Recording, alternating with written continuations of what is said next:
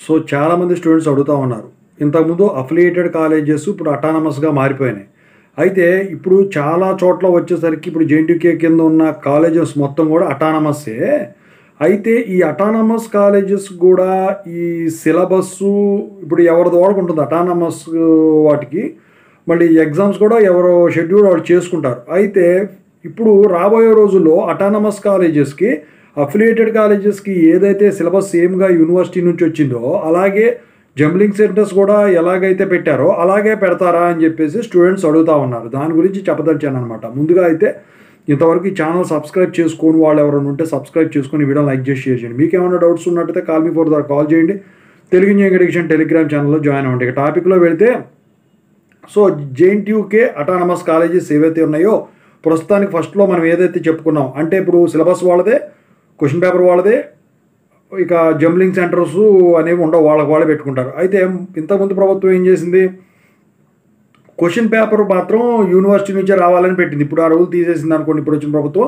అయితే ఇక ముందు ముందు వచ్చేసరికి జంబ్లింగ్ సెంటర్సు, ఈ క్వెషన్ పేపర్సు లేకపోతే యూనివర్సిటీ నుంచి వచ్చే సిలబస్లు ఇవన్నీ అకాడమిక్ క్యాలెండర్స్ దాని ప్రకారం మళ్ళీ అఫిలియేటెడ్ లాగా ఉంటుందా అన్న డౌట్ పడింది వీళ్ళకు. అయితే ఇదేంటంటే మీరు అటానమస్ అంటే ఏంటంటే ఇప్పుడు వీళ్ళు సొంతగా ఫ్రీడమ్ ఉంటుందన్నమాట. ఇప్పుడు ఇక్కడ యూనివర్సిటీ అవ్వాలంటే ఫస్ట్ ఏం అవ్వాలి? అఫిలియేటెడ్ నుంచి అటానమస్ అవ్వాలి. అటానమస్ నుంచి డీమ్డ్ టు బి యూనివర్సిటీ అవుతుంది.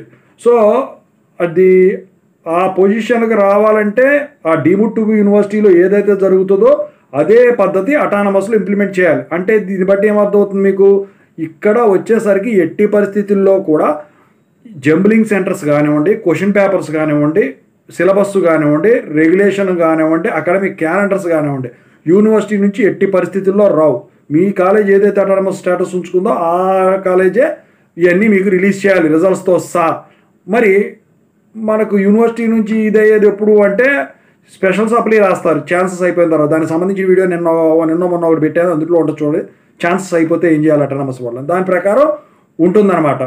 అయితే ఇక్కడ మీరు గమనించాల్సిన విషయం ఒకటి ఉంది. మరి ఇక వచ్చేసరికి మరి ఈ జంబ్లింగ్ సెంటర్స్ ఇవన్నీ ఎప్పుడు వేసేదనుకుంటుంది అటానమస్ అంటే అటానమస్ స్టేటస్ కనుక పోయి అఫిలియేటెడ్ కింద కనుక మళ్ళీ షిఫ్ట్ అయితే తప్ప ఇక ఈ జంబ్లింగ్ సెంటర్స్ కానివ్వండి, ఈ క్వెషన్ పేపర్స్ కానివ్వండి, రెగ్యులేషన్ కానివ్వండి, అకాడమిక్ క్యాలెండర్స్ కానివ్వండి, రిజల్ట్స్ కానివ్వండి, సిలబస్లు కానివ్వండి యూనివర్సిటీ నుంచి రావటం ఉండదు. యూనివర్సిటీ కింద ఉన్నంత వరకే అఫిలియేటెడ్.